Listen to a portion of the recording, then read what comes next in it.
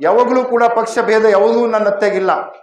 ನಾನು ನತ್ತೆಗಿದ್ದಿದ್ದು ಒಂದೇ ಏನು ಅಂತಂದ್ರೆ ನಮ್ಮ ಹುಮ್ನಾಬಾದ್ ಮತಕ್ಷೇತ್ರದಲ್ಲಿ ಅಭಿವೃದ್ಧಿ ಆಗ್ಬೇಕು, ಅದು ಒಂದೇ ನನ್ನ ನತ್ತೆಗಿರೋದು. ಮತ್ತೆ BSSK ಸಕ್ಕರೆ ಕಾರ್ಖಾನೆ ನಾವು ಹುಟ್ಟೋಲ್ಕಿಂತ ಪೈಲೇನೆ ಅದು ಪ್ರಾರಂಭವಾಗಿತ್ತು. ಇವ್ರದೀಗ ಸುಪುತ್ರ ಅಭಿಷೇಕ್ ಪಾಟೀಲ್ ಉಪಾಧ್ಯಕ್ಷರಿದ್ದಾರ. ಆದ್ರೆ ಯಾಕೋ ಈ DCC ಬ್ಯಾಂಕ್ ಇದ್ದವ್ರಿಗೆ BSSK ಫ್ಯಾಕ್ಟ್ರಿ ಅಂತಂದ್ರೆ ಕಣ್ಣಿಗೆ ಕಾಣಲು ಹೊಂಟದ. ಇವತ್ತು ಯಾವುದೇ ರಾಜ್ಯದಲ್ಲಿ ಯಾವುದೇ ಶುಗರ್ ಫ್ಯಾಕ್ಟ್ರಿ ಎಲ್ಲೂ ಕೂಡ ಆಕ್ಷನ್ ಮಾಡಿ ಹರಾಜು ಮಾಡಿ ಯಾರಿಗೂ ಮಾರ್ತಾ ಇಲ್ಲ. ಇದು ಯಾರ್ದ್ರ ಮಾಡಿದ ಅಂತಂದ್ರೆ ಅದು ಒಂದೇ ಎಕ್ಸಾಂಪಲ್ ಹೇಳಿ. ಆದ್ರೆ ಈ ಒಂದು DCC ಬ್ಯಾಂಕ್ ಏನ್ ಮಾಡ್ತು ಅಂತಂದ್ರ ರೈತರ ಹೊಟ್ಟಿ ಮ್ಯಾಗ ಹೊಡೆದು ಡೈರೆಕ್ಟ್ ಆಕ್ಷನ್ ಮಾಡ್ತು. ನೋಡಿರಲ್ಲ ತಾವೆಲ್ಲ, ಈ DCC ಬ್ಯಾಂಕ್ ಏನ್ ಮಾಡ್ತು, ಆಕ್ಷನ್ ಮಾಡ್ತು. ಇದು ಯಾರಪ್ಪನ ಪ್ರಾಪರ್ಟಿ ರೀ? ಎಲ್ಲಾ ರೈತರು ಗಳಿಸಿದಂತ ಪ್ರಾಪರ್ಟಿ ಇದೆ ಗೊತ್ತಾ. ಇವತ್ತು ಸುಮಾರು 25,700 ಚಿಲ್ಲರ್ ರೈತರ ಶೇರ್ಸ್ಲಿಂದ ಆ ಫ್ಯಾಕ್ಟ್ರಿ ಪ್ರಾರಂಭ ಆಗಿದೆ ಗೊತ್ತಾ. ಈಗಾಗಲೇ ಬಹಳ ಸಮಯ ಆಗಿದೆ, ಮೊಟ್ಟ ಮೊದಲಿಗೆ ಕ್ಷಮಿಸಬೇಕು. ಯಾಕಂತಂದ್ರೆ ನಾನು ಬೆಳಗ್ಗೆನೆ ಗೊತ್ತಾ ಬೆಂಗಳೂರಿನಿಂದ ಬಂದಿದ್ದೇನೆ. ಇವತ್ತಲ್ಲೂ ಕೂಡ ನಾವು ಬೆಂಗಳೂರಿನಿಂದ ಬರಬೇಕಾದಾಗ ನಮ್ಮ ಕರ್ನಾಟಕದ ಮಹಿಳಾ ಮತ್ತು ಮಕ್ಕಳ ಸಚಿವರಾದಂಥ ಸೋದರಿ ಅಂತ ಲಕ್ಷ್ಮೀ ಹೆಬ್ಬಾಳ್ಕರ್ ಮೇಡಮ್ ಅವರು ಕೂಡ ಅದೇ ಒಂದು ಫ್ಲೈಟ್ನಲ್ಲಿ ಬಂದಿದ್ರು. ಆ ಒಂದು ಸಮಯದಲ್ಲಿ ನಾವು ಎಲ್ಲರೂ ಈಶ್ವರ್ ಖಂಡ್ರವ್ರು ಇದ್ದರು, ರಹೀಂ ಖಾನ್ ಅವರು ಇದ್ದರು, ನಮ್ಮ ರಘುನಾಥರಾವ್ ಮಲ್ಕಾಪುರ ಇದ್ದರು. ಅಲ್ಲೇ ಕುಂತು ಸ್ವಲ್ಪ ಜಿಲ್ಲೆ ಬಗ್ಗೆ ಒಂದು 10-15 ನಿಮಿಷ ಅಲ್ಲೂ ಕೂಡ ಡಿಸ್ಕಷನ್ ಮಾಡಿ ಬರ್ಲಾಕ ಸ್ವಲ್ಪ ಲೇಟ್ ಆಗ್ತು.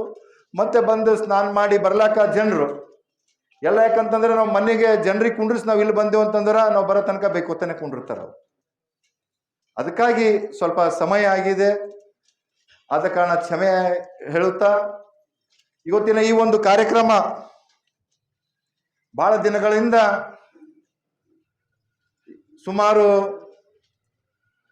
ಹೊಲಗಳಿಗೆ ಹೋಗ್ಲಕ್ಕ ಹಾದಿ ಇಲ್ಲ ಅಂತ ಇಲ್ಲಿನ ಎಲ್ಲ ರೈತ ಬಾಂಧವರು, ರೈತ ಅಣ್ಣ ತಮ್ಮಂದಿರು ನನ್ನ ಹತ್ರ ಬಂದು ಇದು ಒಂದೇ ರೋಡ್ ಅಲ್ಲ, ಇನ್ನೂ ಒಂದು 3 ರೋಡು ಕೊಟ್ಟಿದ್ದಾರೆ, ಇನ್ನೊಂದು 2-3 ರೋಡು ಕೊಟ್ಟಿದ್ದಾರ. ಆದರೆ ನಾವೇನು ಹಂತ ಹಂತವಾಗಿ ಯಾವ್ಯಾವ ರೋಡ್ಗಳು ತಗೋಬೇಕಂತ ಇವತ್ತು ನಾವು ಕಂದಗುಳಿಂದ ಮಂಗಲಿಗೆ ಹೋಗೋ ರಸ್ತೆಗೆ ಸುಮಾರು 3 ಕಿಲೋಮೀಟರ್ ಈ ರಸ್ತೆಯನ್ನು ಸುಮಾರು 2,20,00,000 ರೂಪಾಯಿದಲ್ಲಿ ಈಗಾಗಲೇ ನಾವು ಭೂಮಿ ಪೂಜೆ ಮಾಡಿದ್ದೇವೆ ಗೊತ್ತಾ. ಅದರಂತೆ ಇವತ್ತೇನು ನಾವು ತಾಳ್ಮಂಡಿಗೆ ಗ್ರಾಮದ ಇರ್ಬೋದು, ಹೈಮಸ್ಟ್ ಇರ್ಬೋದು, ಸಮುದಾಯ ಭವನ ಇರ್ಬೋದು, 15 ಲಕ್ಷ ರೂಪಾಯಿದ ಒಂದು ಸಮುದಾಯ ಭವನ ಕೊಟ್ಟಿದೆ, ಒಂದು 20 ಲಕ್ಷ ರೂಪಾಯಿ CC ರೋಡ್ ಕೊಟ್ಟಿದ್ದು. ಮತ್ತೇನು ಡಾಕ್ಟರ್ ಬಾಬಾ ಸಾಹೇಬ್ ಅಂಬೇಡ್ಕರ್ ಮೂರ್ತಿ ಹತ್ರ ಭಾಳ ವರ್ಷದಿಂದ ಏನಾಗ್ತಾ ಇತ್ತು ಅಂತಂದ್ರೆ ಆ ನೀರೇನು ನಾಲಿನಿಂದ ಬರ್ತೀವಿ ಎಲ್ಲ ರೋಡ್ ಮೇಗೆ ಹೋಗ್ತಾ ಇದ್ದು. ಅಲ್ಲೂ ಕೂಡ ಸುಮಾರು ಆ ಡೆಕ್ ಸ್ಲ್ಯಾಬ್ ಕಲೌಟ್ ಹಾಕ್ಬೇಕಂದ್ರೆ ಅಲ್ಲೂ ಕೂಡ ಒಂದು 25 ಲಕ್ಷ ರೂಪಾಯಿ ನಾವು ಈಗಾಗಲೇ ಆಗಿದೇನು ಕೆಲಸ, ಈಗಾಗಲೇ ನಾವು ಒಂದು ನಮ್ಮ ಅನುದಾನದಲ್ಲಿ ಅದನ್ನು ಕೂಡ ಇಟ್ಟಿದ್ದೇವೆ ಗೊತ್ತಾ. ಇವತ್ತೇನು ಕಂದಗುಳು ಗ್ರಾಮದಲ್ಲಿ ಈಗ ನಮಗೆಲ್ಲ ಜನಪ್ರತಿನಿಧಿಗೆ ಯಾಕೆ ತಾವೆಲ್ಲ ಗೆಲ್ಲಿಸಿ ಕೇಳಿಸ್ತೀರಿ, ನಾವು MLA ಇರ್ಬೋದು, MLC ಇರ್ಬೋದು, MP ಇರ್ಬೋದು, ಅನ್ಯ ಎಲ್ಲರಿಗೂ ಕೂಡ ಇವತ್ತ ಗ್ರಾಮ ಪಂಚಾಯತ್ ಅಧ್ಯಕ್ಷರ ಅವರವರಂತ ಒಂದು ಕರ್ತವ್ಯ ಇದೆ, ಅವರವರಂತ ಒಂದು ಸ್ಥಾನ ಇದೆ ಗೊತ್ತಾ. ಈಗ ನನ್ನನ್ನು ಕೂಡ ತಾವು ಶಾಸಕನಾಗಿ ತಾವು ಏನು ಕೇಳಿಸಿದ್ರಿ ಅದು ಅನುಗುಣವಾಗಿ ಇವತ್ತು ನಾವು ಎಲ್ಲ ಕಡೆ ಗ್ರಾಮಗಳಲ್ಲಿ ಅಭಿವೃದ್ಧಿ ಕಾರ್ಯಗಳನ್ನು ಮಾಡಬೇಕಾಗ್ತದೆ ಗೊತ್ತಾ. ಅದರಂತೆ ನಾನು ಯಾವಾಗಲೂ ಕೂಡ ಪಕ್ಷ ಭೇದ ಯಾವುದೂ ನನ್ನ ನತ್ತೆಗಿಲ್ಲ. ನಾನು ನತ್ತೆಗಿದ್ದಿದ್ದು ಒಂದೇ ಏನು ಅಂತಂದ್ರೆ ನಮ್ಮ ಹುಮ್ನಾಬಾದ್ ಮತಕ್ಷೇತ್ರದಲ್ಲಿ ಅಭಿವೃದ್ಧಿ ಆಗ್ಬೇಕು, ಅದು ಒಂದೇ ನನ್ನ ನತ್ತೆಗಿರೋದು. ಯಾವಾಗಲೂ ಕೂಡ ಅದೊಂದೇ. ಬೆಂಗಳೂರಿಗೆ ಹೋದ್ರು ಕೂಡ ನಾವು ಇವತ್ತ ನಮ್ಮ BJP MLA ಇರ್ಬೋದು, ಈಗ ಕಾಂಗ್ರೆಸ್ ಸರ್ಕಾರ ಇದೆ, ಈಗ ನಾವು ಫಂಡ್ ತರಬೇಕು ಅಂತಂದ್ರೆ ನಾವು ಕಾಂಗ್ರೆಸ್ ಸಚಿವರ ಹತ್ರನೇ ಹೋಗ್ಬೇಕಾಗ್ತದೆ. ನಿನ್ನೆನೂ ಕೂಡ ನಾನು ಬೆಂಗಳೂರಿಗೆ ಹೋದಾಗ ಮೊನ್ನೆ ನಾವು ಏನು ಮಿನಿ ವಿಧಾನಸಭಾ ಚುಡುಗುಪ್ಪದಲ್ಲಿ ಉದ್ಘಾಟನೆ ಮಾಡಿದೆವು. ಉದ್ಘಾಟನೆ ಮಾಡೋ ಸಂದರ್ಭದಲ್ಲಿ ಅಲ್ಲಿನ ತಾಲೂಕಾ ಪಂಚಾಯತ್ ಅವರು ಸರ್ ನಮ್ಗೆ ಆಫೀಸೇ ಇಲ್ಲ, ನಾವು ತಿಳ್ಕೊಂಡೋಗಿ ಇದು ಮಿನಿ ವಿಧಾನಸಭಾಗೆ ನಮಗೆ ಇರ್ತದೇನೋ ಅಂತ ತಿಳ್ಕೊಂಡಿದ್ರು ಅಂತ ಅವ್ರು ಹೇಳಿದರು. ಇಲ್ಲ ತಮಗಿಲ್ಲ ಅಂತಂದಾಗ ಅವರು ಕೂಡ ನನಗೆ ಮನವರಿಕೆ ಮಾಡ್ಕೊಂಡು ಇಲ್ಲ ಸರ್ ನಮಗೂ ಕೂಡ ಒಂದು ತಾಲೂಕಾ ಪಂಚಾಯತ್ ಆಫೀಸ್ ಬೇಕಂದಾಗ ನಾನು ಆವಾಗಲೇ ನಿನ್ನೆ ಹೋಗಿ ಸಂಬಂಧಪಟ್ಟ ಸಚಿವರಾದಂಥ ಪ್ರಿಯಾಂಕ್ ಖರ್ಗೆ ಅವರಿಗೆ ಮತ್ತು ಸಂಬಂಧಪಟ್ಟ ನಮ್ಮ ಅಧಿಕಾರಿಗಳಾದಂಥ ನಮ್ಮ ಪ್ರಿನ್ಸಿಪಲ್ ಸೆಕ್ರೆಟರಿ ಅವರಿಗೆ ನಿನ್ನೆ ಹೋಗಿ ಒಂದು ಮನವಿ ಪತ್ರ ಕೊಟ್ಟೆ. ಯಾಕೆ 2017ರಲ್ಲಿ ನಮ್ಮ ತಾಲೂಕಾ ಚುಡುಗುಪ್ಪ ಆಗಿದೆ, ಆದರೆ ಅಲ್ಲಿ ಯಾವುದೂ ಕೂಡ ಸೌಲಭ್ಯಗಳಿಲ್ಲ.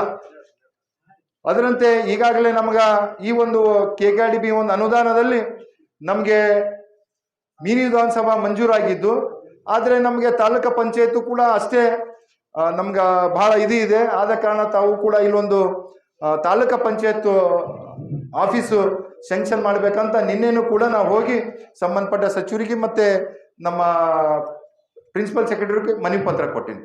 ನಾನು ಯಾಕೆ ಹೇಳ್ತಾ ಇದ್ದೀನಿ ಅಂತಂದ್ರೆ, ಇವತ್ತೇನೇ ಸಮಸ್ಯೆಗಳಿರಲಿ ತಾಲೂಕದಾಗ, ಇವತ್ತು ಜನಪ್ರತಿನಿಧಿಗಳಿಗೆ ನಾವು ಏನು ಜನಪ್ರತಿನಿಧಿಗಳು ಅಂತಂದ್ರೆ ಪೋಸ್ಟ್ ಮಾಡಿರ್ತಾರ, ಪೋಸ್ಟ್ ಮಾಡ್ತಾರ. ಯಾಕಂತಂದ್ರೆ ಜನರ ಏನು ಕಷ್ಟ ಕೆಲಸಗಳಾಗಬೇಕು ಅವೆಲ್ಲವೂ ಕೂಡ ನಾವು ಇಲ್ಲಿಂದ ಒಯ್ದು ಇವತ್ತು ಬೆಂಗಳೂರು ಇರ್ಬೋದು, ಬೇರೆ ಬೇರೆ ಕಲಬುರಗಿ ಇರ್ಬೋದು, ದಿಲ್ಲಿ ಇರ್ಬೋದು, ನಾವು ಹೋಗಿ ಕೆಲಸ ಮಾಡಿಸ್ಕೊಳ್ಳೋಂಥ ಕಾರ್ಯ ನಮ್ದಾಗುತ್ತೆ. ಅದಕ್ಕಾಗಿ ಇವತ್ತ ನಾವು ಏನೇ ಕ್ಷೇತ್ರದಲ್ಲಿ ಕೆಲಸಗಳು ಇರ್ಬೇಕು, ಇವತ್ತ ಸಾರ್ವಜನಿಕವಾಗಿ ಎಲ್ಲ ಕೇಳೋದೇನು, ಮೊದಲ ಕೇಳೋದು ನೀರು, ಆಮೇಲೆ ರೋಡು, ಆಮೇಲೆ ಲೈಟು, ನಾಲಿ, ಇವು 4 ಬೇಸಿಕ್ ಇದೆ ಗೊತ್ತು. ಆಮೇಲೆ ಎಲ್ಲರೂ ಸಮಾಜದವರು ಎಲ್ಲ ಊರಿನವರು ಎಲ್ಲರಿಗೆ ಕುಂತಿ ಒಂದು ಮೀಟಿಂಗ್ ಆಗಬೇಕು, ಇದು ಆಗಬೇಕು ಅಂತ ಒಂದು ಸಮುದಾಯ ಭವನ ಕೇಳೋದು, ಒಂದು ಗುಡಿಗಳಿಗೆ ಛತ್ ಹಾಕೋದು, ಇವು ಬಿಟ್ಟರೆ ಏನು ಸಾರ್ವಜನಿಕರು ಯಾವುದೇ ಹೆಚ್ಚಿಗೆ ಕೇಳೋಕ್ಕೆ ಹೋಗಲ್ಲ. ಆದ ಕಾರಣ ನಮ್ಮೆಲ್ಲರ ಕರ್ತವ್ಯ ಇದೆ ಗೊತ್ತಾ, ಜನಪ್ರತಿನಿಧಿಗಳ ಕರ್ತವ್ಯ ಇದೆ ಗೊತ್ತಾ, ಜನರಿಗೆ ಏನೇನು ಅನುಕೂಲ ಆಗಬೇಕು, ನಾವು ಏನೇನು ಕೆಲಸಗಳು ಆಗಬೇಕು ಅಂತ ನಾವೆಲ್ಲವೂ ಕೂಡ ಅರಿತು ನಾವು ಕೆಲಸ ಮಾಡಬೇಕಾಗ್ತದೆ. ಅದರಂತೆ ಗೊತ್ತಾ ನಮ್ಮ ಕ್ಷೇತ್ರದಲ್ಲಿ ಬಹಳಷ್ಟು ಅಭಿವೃದ್ಧಿ ಕೆಲಸಗಳು ಕೂಡ ತಾವು ನೋಡ್ಕೋತಾ ಇದ್ದೀರಿ ಗೊತ್ತಾ. ಎಲ್ಲ ಹಳ್ಳಿಗಳಲ್ಲಿ ಇವತ್ತೇನು ನಮ್ಮ KKDB ಇರ್ಬೋದು, ನಮ್ಮ ಅಪೆಂಡಿಕ್ಸ್ ಅನುದಾನ ಇರ್ಬೋದು, ಯಾವುದೇ ಅನುದಾನಗಳು ಇವತ್ತು ನಮ್ಮ ಗ್ರಾಮ ಪಂಚಾಯತಿ ಇದೆ, ಗ್ರಾಮ ಪಂಚಾಯತಿನಲ್ಲಿ ಅವರವರ ಅಂತ ಒಂದು ಅಧಿಕಾರಿ ಇದೆ ಅವರಿಗೆ. ಇವತ್ತು 15 ಫೈನಾನ್ಸ್ನಲ್ಲಿ ದುಡ್ಡು ಬರ್ತದೆ ಅವರಿಗೆ, ನರೇಗಾದ್ರೆ ನಮ್ಮ MLAಗಳಿಗೆ MLCಗಳಿಗೆ ದುಡ್ಡಿಲ್ಲ, ಗ್ರಾಮ ಪಂಚಾಯತ್ ಅವರಿಗೆ. ಈ ಗ್ರಾಮ ಪಂಚಾಯತಿನ ಅಧ್ಯಕ್ಷರು, ಉಪಾಧ್ಯಕ್ಷರು, ಸರ್ವ ಸದಸ್ಯರಿಗೆ ತಾವೊಂದು ಮನವಿ ಮಾಡ್ತಾ, ನಾನು ಕೂಡ ತಮಗೇನು ಸರ್ಕಾರದಿಂದ ಅನುದಾನ ಬರ್ತಾ ಇದೆ ತಾವು ಒಳ್ಳೆ ರೀತಿಯಿಂದ ಅದಕ್ಕೆ ಉಪಯೋಗಿಸ್ಕೊಳ್ಬೇಕು. ಇವತ್ತು ನರೇಗಾ ಒಂದು ಯೋಜನೆಯಲ್ಲಿ ತಮಗೆ ಎಷ್ಟು ಬೇಕು ದುಡ್ಡು ಅಷ್ಟು ಕೊಡ್ಲಕ್ಕ ಸರ್ಕಾರ ರೆಡಿ ಇದೆ. ಆದ ಕಾರಣ ಇವತ್ತು ತಾವು ಯಾವುದೂ ಕೂಡ ಕೆಲಸಗಳು ತಗೋಬಹುದು. ಮೊದಲೇನಾಗ್ತಿತ್ತು, ಖಾಲಿ ವೇಜಸ್ ತಗೋಬೇಕಂತಿತ್ತು, ಸ್ವಲ್ಪ ಅದು ಇದು ಆಗ ಸಲಕಿಂದು ಮತ್ತೆ ಈಗ ವೇಜಸ್ ಹೆಚ್ಚಿಗೆ ಮಾಡಿದ್ದಾರೆ. ಇವತ್ತು ಹಳ್ಳಿಗಳ ಅಭಿವೃದ್ಧಿ ಆಗ್ಬೇಕಂತ ತಮಗೆ ಆದಂತ ಒಂದು ಅಧಿಕಾರ ಇದೆ. ತಮಗೆ ಯಾವುದೇ ಚೆಕ್ ಪವರು ತಾವು ಅಧ್ಯಕ್ಷರು PDO ಅಂತಂದ್ರೆ ಚೆಕ್ ಯಾರ್ದು ಪರ್ಮಿಷನ್ ಬೇಕಾಗಿಲ್ಲ ನಿಮಗೆ. ಯಾಕಂತಂದ್ರೆ ಕೆಲಸ ಜಲ್ದಿ ಆಗಬೇಕು ಅಂತ ಇವತ್ತು ಸರ್ಕಾರದಿಂದ ಆದೇಶ ಆಗಿದೆ. ಇವತ್ತು ಮಹಾತ್ಮ ಗಾಂಧಿ ಏನ್ ನರೇಗಾ ಯೋಜನೆ ಇದೆ, ಇವತ್ತು ಕೇಂದ್ರ ಸರ್ಕಾರದಿಂದ ಎಷ್ಟು ಬೇಕು ಅಷ್ಟು ದುಡ್ಡು ಕೊಡ್ತಾ ಇದ್ದಾರೆ. ಜನರಿಗೆ ಉದ್ಯೋಗ ಕೊಡ್ಬೇಕಂತ ಇವತ್ತು ವೇಜಸ್ನಲ್ಲಿ ದುಡ್ಡು ಕೊಡ್ತಾ ಇದ್ದಾರೆ. ಇವತ್ತು ಅವೆಲ್ಲ ಕೂಡ ಉಪಯೋಗ ಮಾಡ್ಕೊಳ್ರಿ. ಅದರಂತೆ ತಮಗೆ ಮತ್ತೆ ಏನು ಊರಿನಲ್ಲಿ ಅಭಿವೃದ್ಧಿ ಕೆಲಸಗಳಾಗಬೇಕು, ಇವತ್ತು ನಾವು ಶಾಸಕರು ಇರ್ತಾರ, MLCಗಳು ಇರ್ತಾರ, MP ಅವರು ಇರ್ತಾರ, ತಮ್ಮ ಹತ್ರ ಬರಬೇಕು. ಇಲ್ಲ ನಮ್ಗೆ ಈ ಸಮಸ್ಯೆ ಇದೆ ಊರಲ್ಲಿ, ಇವು ಕೆಲಸಗಳಾಗಬೇಕಂತ ಹೇಳಿದಾಗ ಮಾತ್ರ ಆಗ್ತದ. ನೀವು ಪಂಚಾಯತ್ದಲ್ಲೇ ಕುಂತಿದ್ ಮಾಡ್ಕೊಂಡು ಹೋದ್ರೆ ಯಾವುದು ಕೂಡ ಆಗಲ್ಲ. ಅದಕ್ಕಾಗಿ ಗೊತ್ತಾ, ಅಭಿವೃದ್ಧಿ ಆಗ್ಬೇಕಂದ್ರೆ ಎಲ್ಲರೂ ಕೈ ಜೋಡಿಸಿದಾಗ ಮಾತ್ರ ಅಭಿವೃದ್ಧಿ ಮಾಡ್ಲಿಕ್ಕೆ ಸಾಧ್ಯ ಇದೆ ಗೊತ್ತಾ. ಅದರಂತೆ ಈಗಾಗಲೇ MLC ಅವರು ಕೂಡ ನಮ್ಮ BSSK ಫ್ಯಾಕ್ಟ್ರಿ ಬಗ್ಗೆ ಮಾತಾಡ್ಯಾರಿ. ಈಗ ಅದರಂತೆ BSSK ಸಕ್ಕರೆ ಕಾರ್ಖಾನೆ ನಾವು ಹುಟ್ಟೋಲ್ಕಿಂತ ಪೈಲೇನೆ ಅದು ಪ್ರಾರಂಭವಾಗಿತ್ತು.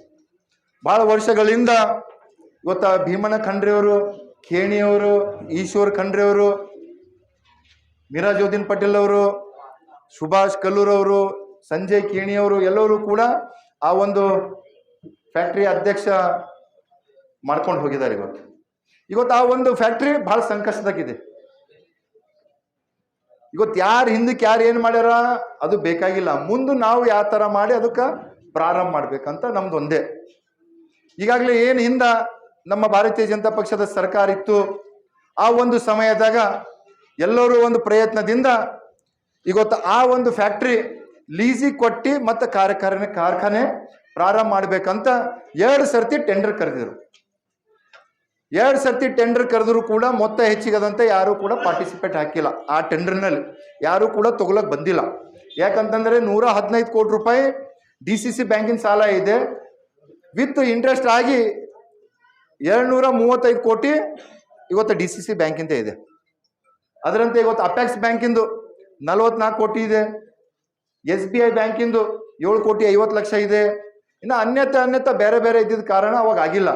ಆದರೆ ನಾವು ಎಲ್ಲರೂ ಈಗ ಗೊತ್ತಾ, ಶಾಸಕರಿರ್ಬೋದು, MLCಗಳು ಇರ್ಬೋದು, ಮಾಜಿ ಶಾಸಕರು ಇರ್ಬೋದು, ಇವತ್ತು ಬೇರೆ ಕ್ಷೇತ್ರದ ಶಾಸಕರು ಎಲ್ಲರೂ ಒಳಗೊಂಡು ನಾವು ಬೆಳಗಾವಿ ಅಧಿವೇಶನದಲ್ಲಿ ಕೂಡ ಡೆಲಿಗೇಷನ್ ಒಯ್ದು ನಮ್ಮ ಉಸ್ತುವಾರಿ ಸಚಿವರ ನೇತೃತ್ವದಲ್ಲಿ, ಈಶ್ವರ್ ಖಂಡ್ರೆ ಅವರ ನೇತೃತ್ವದಲ್ಲಿ ಇವತ್ತು ಸಕ್ಕರೆ ಸಚಿವರ ಒಂದು ಅಧ್ಯಕ್ಷತೆಯಲ್ಲಿ ಮೀಟಿಂಗ್ ಮಾಡ್ಕೊಂಡೆವು. ಏನಂತಂದ್ರೆ ಹೇಗರ ಮಾಡಬೇಕು, ಈ ಒಂದು ಕಾರ್ಖಾನೆ ಚಾಲು ಮಾಡಬೇಕಂತ. ಆದರೆ ಆ ಒಂದು ಮೀಟಿಂಗ್ ಪೂರ್ವದಲ್ಲೇ ಏನು DCC ಬ್ಯಾಂಕು ಇವತ್ತ ಇವರು ಕೂಡ ನಿರ್ದೇಶಕರಾಗಿ ಕೆಲಸ ಮಾಡಿದಾರ, ಈಗೂ ಕೂಡ ನಿರ್ದೇಶಕರಿದ್ದಾರ, ಈಗಲೇ ಮೊದಲು ಕೂಡ ಕೆಲಸ ಮಾಡಿದಾರ. ಇವ್ರದೀಗ ಸುಪುತ್ರ ಅಭಿಷೇಕ್ ಪಾಟೀಲ್ ಉಪಾಧ್ಯಕ್ಷರಿದ್ದಾರ. ಆದ್ರೆ ಯಾಕೋ ಈ DCC ಬ್ಯಾಂಕ್ ಇದ್ದವ್ರಿಗೆ BSSK ಫ್ಯಾಕ್ಟ್ರಿ ಅಂತಂದ್ರೆ ಕಣ್ಣಿಗೆ ಕಾಣಲು ಹೊಂಟದ. ಇವತ್ತು ಯಾವುದೇ ರಾಜ್ಯದಲ್ಲಿ ಯಾವುದೇ ಶುಗರ್ ಫ್ಯಾಕ್ಟ್ರಿ ಎಲ್ಲೂ ಕೂಡ ಆಕ್ಷನ್ ಮಾಡಿ ಹರಾಜು ಮಾಡಿ ಯಾರಿಗೂ ಮಾರ್ತಾ ಇಲ್ಲ. ಇದು ಯಾರ್ದ್ರ ಮಾಡಿದ ಅಂತಂದ್ರೆ ಒಂದೇ ಎಕ್ಸಾಂಪಲ್ ಹೇಳಿ. ಆದ್ರೆ ಈ ಒಂದು DCC ಬ್ಯಾಂಕ್ ಏನ್ ಮಾಡ್ತು ಅಂತಂದ್ರ ರೈತರ ಹೊಟ್ಟಿ ಮ್ಯಾಗ ಹೊಡೆದು ಡೈರೆಕ್ಟ್ ಆಕ್ಷನ್ ಮಾಡ್ತು. ನೋಡಿರಲ್ಲ ತಾವೆಲ್ಲ, ಈ DCC ಬ್ಯಾಂಕ್ ಏನ್ ಮಾಡ್ತು, ಆಕ್ಷನ್ ಮಾಡ್ತು. ಇದು ಯಾರಪ್ಪನ ಪ್ರಾಪರ್ಟಿ ರೀ? ಎಲ್ಲ ರೈತರು ಗಳಿಸಿದಂತ ಪ್ರಾಪರ್ಟಿ ಇದೆ ಗೊತ್ತಾ. ಇವತ್ತು ಸುಮಾರು 25,700 ಚಿಲ್ಲರ್ ರೈತರ ಶೇರ್ಸ್ಲಿಂದ ಆ ಫ್ಯಾಕ್ಟ್ರಿ ಪ್ರಾರಂಭ ಆಗಿದೆ ಗೊತ್ತಾ. ಇವತ್ತು ಅಧ್ಯಕ್ಷರಾಗ್ಯಾರ. DCC ಬ್ಯಾಂಕಿನ ಕೈದಾಗ ಏನು ಹುಕುಂಶಾಹಿ ಇದೆ ಗೊತ್ತಾ. ಇವತ್ತು ಯಾವ ಆಕ್ಟ್ ಪ್ರಕಾರ ಕೂಡ ಅದು ಆಕ್ಷನ್ ಮಾಡ್ಲಕ್ಕ ಇದು ಇಲ್ಲ. ಇವತ್ತು ಆಕ್ಷನ್ ಮಾಡ್ಬೇಕಾಯ್ತಂದ್ರ ರೈತರ ಒಂದು ಪರವಾನಿಗೆ ಬೇಕು, ಅಪೆಕ್ಸ್ ಬ್ಯಾಂಕಿನ ಪರವಾನಿಗೆ ಬೇಕು, SBI ಬ್ಯಾಂಕಿನ ಪರವಾನಿಗೆ ಬೇಕು, ಕಾರ್ಮಿಕರ ಪರವಾನಿಗೆ ಬೇಕು. ಅವಾಗ ಮಾತ್ರ ಅವಾಗ ಎಲ್ಲರ ಒಂದು ಪರವಾನಿಗೆ ಪಡೆದು ಆಕ್ಷನ್ ಮಾಡಬೇಕು. ಆದ್ರೆ ಇವ್ರು ಯಾರು ಹೇಳಿಲ್ಲ ಕೇಳಿಲ್ಲ ಆಕ್ಷನ್ ಮಾಡಿಬಿಟ್ರು. 185 ಕೋಟಿ ಆಕ್ಷನ್ ಅವಾಗ ಎಲ್ಲರೂ ನಾವು ಒಗ್ಗೂಡಿ ನಾವು ಸಂಬಂಧಪಟ್ಟ ಉಸ್ತುವಾರಿ ಸಚಿವರಿಗೆ ಹೋಗಿ ಹೇಳಿದೇವೆ, ಈ ತರ ಆಯ್ತು ಅಂತಂದ್ರೆ ರೈತರಿಗೆ ಅನ್ಯಾಯ ಆಗ್ತದ. ಇದು ಫ್ಯಾಕ್ಟರಿಲಿಂದ ಸರ್ಕಾರಲಿಂದ ಪ್ರಾರಂಭ ಮಾಡಬೇಕು, ಇಲ್ಲಿ ಹೋಯ್ತಂದ್ರೆ DCC ಬ್ಯಾಂಕ್ಲಿಂದ ಚಾಲೂ ಮಾಡಿ, ಸರ್ಕಾರಲಿಂದ ಚಾಲೂ ಮಾಡ್ರಿ, ಇಲ್ಲ DCC ಬ್ಯಾಂಕ್ನ ದುಡ್ಡು ಇದೆ ಅದ್ರಲಿಂದ ಚಾಲೂ ಮಾಡ್ರಿ ಅಂತ ಬೆಳಗಾವಿ ಒಂದು ಅಧಿವೇಶನದಲ್ಲಿ ಒಂದು ಮೀಟಿಂಗ್ ಕರೆದಿ ಅವಾಗ ತೀರ್ಮಾನ ಮಾಡಿದ್ರು. ಅವಾಗ ಏನ್ ಸಂಬಂಧಪಟ್ಟ ನಮ್ಮ ಸಹಕಾರ ಸಚಿವರಿದ್ದಾರೆ ಶಿವಾನಂದ ಪಾಟೀಲ್ ಅವರು, ಅವ್ರ ಒಂದೇ ಖಡಕ್ ಮಾತಲ್ಲಿ ಹೇಳಿದ್ರು DCC ಬ್ಯಾಂಕಿನವ್ರು, ನೀವು ಯಾವ ಆಕ್ಟ್ ಪ್ರಕಾರ ನೀವು ಇದು ಆಕ್ಷನ್ ಮಾಡಿರಿ, ನಿಮ್ಮ ಕ್ರಿಮಿನಲ್ ಕೇಸ್ ಮಾಡಬಹುದು ಅಂತ ಅವಾಗೇ ಹೇಳಿದ್ರು. ಅವಾಗ ನಮಗೂ ಕೂಡ ಅದ್ರ ಬಗ್ಗೆ ಮಾಹಿತಿ ಇರಲಿದ್ದಿಲ್ಲ. ಅವಾಗ ಎಲ್ಲರ ಒಂದು ನಿರ್ಣಯ ತಗೊಂಡು ಏನಾಗ್ತು ಅಂತಂದ್ರೆ ಇದಕ್ಕೆ ನಾವು ಪ್ರಾರಂಭ ಮಾಡಬೇಕು, ಲೀಸ್ ಕೊಟ್ಟು ಪ್ರಾರಂಭ ಮಾಡ್ಬೇಕಂತ ಆ ಒಂದು ಮೀಟಿಂಗ್ನಲ್ಲಿ ಪ್ರೊಸೀಡಿಂಗ್ನಲ್ಲಿ ನಾವು ಮಾಡಿದೆವು. ಅದು ಆಗ್ತು.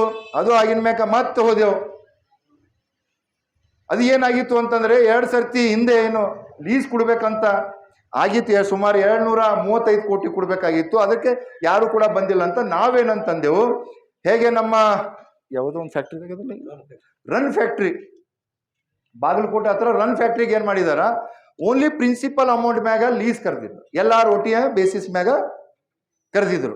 LROT ಪ್ರಕಾರ ಇವತ್ತು ಅಲ್ಲಿನಾರ ನಮ್ಮ ಮಾಜಿ ಸಚಿವ SR ಪಾಟೀಲ್ ಅವರು ಆ ಒಂದು ಟೆಂಡರ್ನಲ್ಲಿ ಪಾರ್ಟಿಸಿಪೇಟ್ ಮಾಡಿ ಗೊತ್ತಾ ಫ್ಯಾಕ್ಟ್ರಿ ತಗೊಂಡು ಇವತ್ತ ಚಾಲೂ ಮಾಡಿದ್ದಾರೆ. ಇವತ್ತು ಅದೇ ಒಂದು ಇದ್ರನಿಂದ ಹೇಗೆ ರನ್ ಫ್ಯಾಕ್ಟ್ರಿ ಸರ್ಕಾರ ಒಂದು ಕಾಳಜಿ ಉಳಿಸಿ ಮಾಡಿದಾರ, ಅದೇ ಒಂದು ಇದ್ರಲ್ಲಿ ಕೂಡ ನಮ್ಮ BSSಗೂ ಕೂಡ ಮಾಡ್ಬೇಕಲ್ಲ.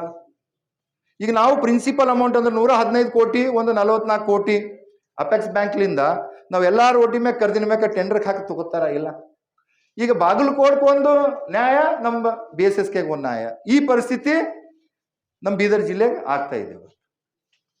ಮೊನ್ನೆನೂ ಕೂಡ ಏನು ಒಂದು ಲೀಸ್ ಕಳೆಯೋಣ ಅಂತ ನಾನು ಪದೇ ಈಶ್ವರ್ ಖಂಡ್ರೆ ಹತ್ರ ಹೋದೆ, ರಾಜಣ್ಣ ಸಹಕಾರಿ ಸಚಿವರ ಹತ್ರ ಹೋಗಿದ್ದೀನಿ, ಶಿವಾನಂದ ಪಾಟೀಲ್ ಹತ್ರ ಹೋಗಿ ನಾನು ಒಂದೇ ಹೇಳಿದೆ ಈಶ್ವರ್ ಖಂಡ್ರೆಯವರಿಗೆ, ಸರ್ ತಮಗ ಈ ಫ್ಯಾಕ್ಟ್ರಿ ಚಾಲೂ ಮಾಡೋದ ಮನ್ಸಿನಾಗಿಲ್ಲ ಅಂತ ಒಂದೇ ಕೇಳಿ ನಾನು. ತಮ್ಮ ಮನ್ಸಿನಾಗಿತ್ತಂದ್ರೆ ಮಾಡ್ಬೇಕಾಗ್ತದ ಇದು, ಯಾಕಂದ್ರೆ ಉಸ್ತುವಾರಿ ಸಚಿವರು ತಾವೇ ಇದ್ರಿ, ತಮ್ಮ ಸೋದರಾದಂತ ಅಮರ್ ಖಂಡ್ರೆ ಅವರು ಅದ್ರ ಅಧ್ಯಕ್ಷರ, ತಾವು ಮುತ್ತು ವಹಿಸಿ ಮಾಡಿದ್ರಾಗ ಮಾತ್ರ ಆಗ್ತದ. ನೀವು ಸುಮ್ಮನೆ ಡೇಟ್ ಕುಡ್ಕೊತ ಹೋದ್ರೆ ಇದು ಪ್ರಾರಂಭ ಆಗಲ್ಲ ಅಂತ. ಈಗ ವಿಶ್ವನಾಥ್ ಗೌಡರು ಇದ್ರು, ಕಲ್ಲೂರು ಸಾಬ್ರು ಇದ್ರು, ಅವ್ರಿಗೆ ಕೂಡ ಕೇಳ್ರಿ. ಅವಾಗಿಂದ ಅವಾಗೆ ಸಂಬಂಧಪಟ್ಟ ನಮ್ಮ ಸಚಿವರು ಶಿವನಾಥ್ ಪಾಟೀಲ್ ಅವರಿಗೆ ಫೋನ್ ದೂರವಾಣಿ ಕರೆ ಮುಖಾಂತರ ಮಾತಾಡಿ ಒಂದು ಡೇಟ್ ಕೊಟ್ಟಿದ್ರು. ಒಂದು ಡೇಟ್ ಕೊಟ್ಟು ಅದೇನಾಗ್ತು, 3 ಗಂಟೆ ಆಯ್ತು. ಫಸ್ಟ್ ಮೀಟಿಂಗ್ ಕರೆದಿದ್ದು 3 ಗಂಟೆ ಕರೆದಿದ್ರು. ನಾವು ಕೂಡ ಬೇರೆ ಕೆಲಸಗಳಿದ್ದು ಬೇರೆ ಕೆಲಸಗಳು ಮುಗಿಸ್ಕೊಂಡು ಹೋಗಮಾದ್ರು. ಮತ್ತೇನು ಮಾಡ್ರು, ಒಂದು 2 ದಿವಸ ಮೊದಲೇ 11 ಗಂಟೆಗೆ ಅಂತ ಮಾಡ್ತಾರೆ. ಆ 11 ಗಂಟೆಗೆ ಆಗಿದಾಗ ನಂದು 9 ಗಂಟೆ ಹೈದರಾಬಾದ್ಲಿಂದ ಫ್ಲೈಟ್ ಇತ್ತು. 10 ಗಂಟೆಗೆ ಹೋಗ್ತೇವೆ, 11 ಗಂಟೆ ಮೀಟಿಂಗ್ 11:30 ತನಕ ಹೋಗ್ತೇವೆ ಅಂತ ನಾವು ಹೋಗ್ಲಕ್ಕ.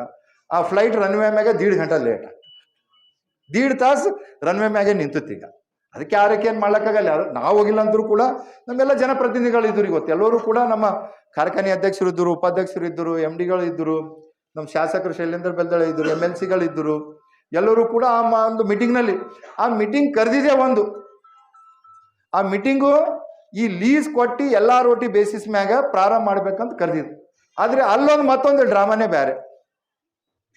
ಆಮೇಲೆ ಮೀಟಿಂಗ್ನಲ್ಲಿ ನಾನು ಮೀಟಿಂಗ್ ಮುಗಿದಿನ 1 ತಾಸು ಬಿಟ್ಟು ನಾನು ವಿಧಾನಸೌಧಕ್ಕೆ ಹೋದೆ. ಮತ್ತು ಅಲ್ಲಿ ಇರಿಚೂರು ಕಂಡ್ರು ಕೂಡ ಸಿಕ್ಕಿದ್ರು. ಅವ್ರಿಗಂದ ಸರ್ ನೀವು ಎಲ್ಲ ರೋಟಿ ಮ್ಯಾಗ ಲೀಸ್ ಕೊಡ್ತಾ ಅಂತ ಈ ಮೀಟಿಂಗ್ ಕರೆದಿರಿ, ಮತ್ತು ಇನ್ನೊಂದು ಹೆಚ್ಚಿಗೆ ಬೇರೆದೇ ಏನು ಹೇಳ್ತಾ ಇದ್ರಿ ನೀವು.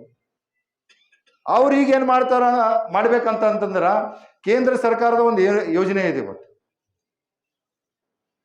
ಕೇಂದ್ರ ಸರ್ಕಾರ ಯೋಜನೆ ಅಂತಂದ್ರೆ ಎಲ್ಲಿ ಫ್ಯಾಕ್ಟ್ರಿಗಳು, ಶುಗರ್ ಫ್ಯಾಕ್ಟ್ರಿಗಳು ಇರ್ಬೋದು, ಬೇರೆ ಫ್ಯಾಕ್ಟ್ರಿಗಳು ಯಾವ ತೊಂದರೆದಾಗಿದೆ, ಆ ಒಂದು ತೊಂದರೆ ಇತ್ತು ಅಂತಂದ್ರೆ ಕೇಂದ್ರ ಸರ್ಕಾರದಿಂದ ಒಂದು 10,000 ಕೋಟಿ ರೂಪಾಯಿ ರಿಸರ್ವ್ ಮಾಡಿದ್ದಾರೆ. ಅಂತ ಫ್ಯಾಕ್ಟ್ರಿಗಳಿಗೆ ಸಹಾಯತ ಮಾಡಿ ಪ್ರಾರಂಭ ಮಾಡ್ಬೇಕಂತಂದ್ರೆ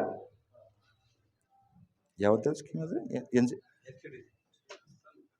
ಪ್ರಾರಂಭ ಮಾಡ್ಬೇಕಂತ ಕೇಂದ್ರ ಸರ್ಕಾರದಿಂದ ಹೆಲ್ಪ್ ಮಾಡ್ತಾರ. ಆ ಒಂದು ಮೀಟಿಂಗ್ದಾಗ ಏನಾಗ್ತು ಅಂತಂದ್ರೆ ಈಗ ಇಲ್ಲ, ಇದು ಹಿಂಗೆ ಬೇಡ, ಈಗ ಲೀಸ್ ಕರೆಯೋದು ಬೇಡ, ನಾವು ಕೇಂದ್ರ ಸರ್ಕಾರಕ್ಕೆ ರಾಜ್ಯ ಸರ್ಕಾರದಿಂದ ಗ್ಯಾರಂಟಿ ಕೊಟ್ಟು ನಾವು ಅಲ್ಲಿಂದ ಲೋನ್ ತಗೋಣ ಅಂತ ಅಲ್ಲಿ ಇದು ಮಾಡ್ತಾರೆ. ಇವತ್ತು NCDC ಅಂತ ಏನು ಇವತ್ತು ಸೆಂಟ್ರಲ್ ಗೌರ್ಮೆಂಟ್ ಏನು ಸ್ಕೀಮ್ ಇದೆ, ಆ NCDC ನಲ್ಲಿ ಹೋಗ್ಬೇಕು, ಇನ್ನ ಬರಬೇಕು ಅಂತಂದ್ರೆ ಅದು ಬಹಳ ಸಮಸ್ಯೆ ಇದೆ. ಅಲ್ಲಿ ಏನ್ ಮಾಡ್ರು, ಈಗಾಗಲೇ ಕರ್ನಾಟಕ ಸರ್ಕಾರ ಏನಾಗಿದೆ 3 4 ಫ್ಯಾಕ್ಟರಿ ಹಾಕಿದಾರಂತ. ಅದ್ರ ನಮ್ ಹುಮ್ನಾಬಾದ್ ಇದು ನಮ್ BSS ಇಲ್ಲ, ಅದ್ರ ಕಡೆ ಇದು ನೀವು ಮಾಡ್ಬೇಕಿತ್ತಂದ್ರೆ CM ಅವ್ರ ಅಪ್ರೂವಲ್ ತಗೊಂಡಿ. ಅಲ್ಲ NCDC ಆಕ್ಟ್ ಏನಿದೆ, NCDC ಆಕ್ಟ್ ಏನಿದೆ ರೀ, ಇಲ್ಲಿಂದ ನಾವು ರಾಜ್ಯ ಸರ್ಕಾರದಿಂದ ನಾವು ಕೇಂದ್ರ ಸರ್ಕಾರಕ್ಕೆ ಪ್ರಸ್ತಾವನೆ ಕಳಿಸ್ಬೇಕು. ಅದು ಯಾರು ರಾಜ್ಯ ಸರ್ಕಾರದವ್ರು ಗ್ಯಾರಂಟಿ ಕೊಡ್ಬೇಕು. ಅದಕ್ಕೆ ಗ್ಯಾರಂಟಿ ಕೊಟ್ಟಿದಾಗ ಮಾತ್ರ ಕೇಂದ್ರ ಸರ್ಕಾರದವರು ಅದು ಒಂದು ಅವ್ರದ್ದು ಬೈಲಾಸ್ ಇದೆ, ಆ ಬೈಲಾಸ್ ಪ್ರಕಾರ ಬಂತು ಅಂತಂದ್ರೆ ನಮಗೆ ಸ್ಯಾಂಕ್ಷನ್ ಮಾಡ್ತಾರೆ. ಆದರೆ ಇವತ್ತು ನಾವೇನು ಲೀಸ್ ಕೊಡ್ಬೇಕಂತ ಮಾಡಿರು. ಮೊದಲು ಏನಂತಂದ್ರು DCC ಬ್ಯಾಂಕಿನವರು 50 ಕೋಟಿ ರೂಪಾಯಿ ನಮಗೆ ಫಸ್ಟ್ ಕೊಡಬೇಕು, ಆಮೇಲೆ ವರ್ಷಿಗೆ 10 ಕೋಟಿ ರೂಪಾಯಿ ಕೊಡ್ಬೇಕಂತ ಅವ್ರದ್ದೊಂದು ಇದು ಇತ್ತು, ಅವ್ರು ಹೇಳಿದರು. ಆದ್ರೆ ಇವತ್ತು ನಮ್ಮ ಅಧ್ಯಕ್ಷರು ಎಲ್ಲ ಸರ್ವ ಸದಸ್ಯರು ಎಲ್ಲರಿಗೆ ಕೇಳಿದವ್ರು ಯಾರು ಬಿ ಯಾರ್ಯಾರು ಫ್ಯಾಕ್ಟ್ರಿ ನಡೆಸ್ತಾ ಇದ್ದಾರೆ ಅವ್ರು ಎಲ್ಲರಿಗೆ ಕೇಳೋರು ಏನಂತಂತಂದ್ರೆ ನಮ್ಮ BSSK ಪ್ರಾರಂಭ ಮಾಡಬೇಕು, ನಿಮಗೆ ಲೀಸ್ ಕೊಡ್ತೇವೆ, ಇಷ್ಟಿಷ್ಟು ಕೊಟ್ರಿ ಅಂತ. ಅದ್ರಲ್ಲಿ ಒಬ್ಬರು ನಮ್ಮ ಜಗದೀಶ್ ಗುರುಗುಂಟಿ ಅಂತ ಅವ್ರ ಮಗ ಇದ್ದಾರೆ. ಅವ್ರು ಏನಂತಂದ್ರು, ಸರ್ ವೇಸ್ಟ್ ಆಗಲ್ಲ, ನಾನು 40 ಕೋಟಿ ರೂಪಾಯಿ ಕೊಡ್ತೀನಿ ಫಸ್ಟು, ಮತ್ತೆ ವರ್ಷಿಗೆ 8 ಕೋಟಿ ರೂಪಾಯಿ ಕೊಟ್ಟು ನಾನು ಪ್ರಾರಂಭ ಮಾಡ್ತೀನಿ, ಅದು ಏನೇಕೆ ಇರ್ಲಕ್ಕಂತ ಅವ್ರು ಒಪ್ಪು. ಅವರಿಗೂ ಕೂಡ ನಾವು ಪದೇ ಮಾತಾಡ್ಕೊತಾನೆ ಇರ್ತಿದ್ದೆವು. ಆದರೆ ನನ್ನ ಅನ್ಸೋದಕ್ಕೆ ಏನು ಹೇಳೋದು ಅಂತಂದ್ರೆ, ಈ ವರ್ಷನಲ್ಲಿ ನಾವು ಲೀಸ್ ಕೊಟ್ಟೇವು ಅಂತಂದ್ರೆ ಈ ಹಂಗಾಮಿನಲ್ಲೇ ನಾವು ಖಬರಿಸ್ತೀವಲ್ಲ. ಈಗ NCDCದು ಹೋಗ್ಬೇಕು ಯಾವಾಗ, ಅದು ಬರ್ಬೇಕು ಯಾವಾಗ, ಅದು ಆಗ್ಬೇಕು ಯಾವಾಗ. ಇವತ್ತು ನಾವು DCC ಬ್ಯಾಂಕಿಗೆ 40 ಕೋಟಿ ಬರ್ತಿತ್ತ, ಮತ್ತು ವರ್ಷಿಗೆ 8 ಕೋಟಿ ರೂಪಾಯಿ ಬರ್ತಿತ್ತ. ಈಗ ಮುಚ್ಚಿಟ್ಟಿರ ಏನಾದ್ರು ಬರೋದು ಬಿ ಬರಲ್ದು, ಇದನ್ನು ಹೋಗಲ್ದು. ಯಾಕೆ DCC ಬ್ಯಾಂಕು ಕೂಡ ಎಲ್ಲ ನಮ್ಮ ರೈತರ ಅದೊಂದು ಬ್ಯಾಂಕ್ ಇದೆ. ಇದು ಶುಗರ್ ಫ್ಯಾಕ್ಟ್ರಿ ಕೂಡ ನಮ್ಮ ರೈತರ ಫ್ಯಾಕ್ಟ್ರಿ ಇದೆ. अपने सपनों को कहें अब यस। जी हाँ, हुमनाबाद के सिंदीन खरा क्रॉस शाकुंतला पाटिल कॉलेज के पीछे सुभाष डेवलपर्स केतकी डेवलपर्स यानी संगमेश चिद्री लाए हैं फिर से जनता के सपनों का ग्रीन विला यानी प्लॉट्स जिसमें underground drainage, CC road, playground, power head, garden, LED lights, water supply के अलावा हर वो फैसिलिटी। तो देर किस बात की, आए अपने ख्वाबों के घर बनाने में जल्दी करें, क्योंकि आपके सपने हमारे अपने।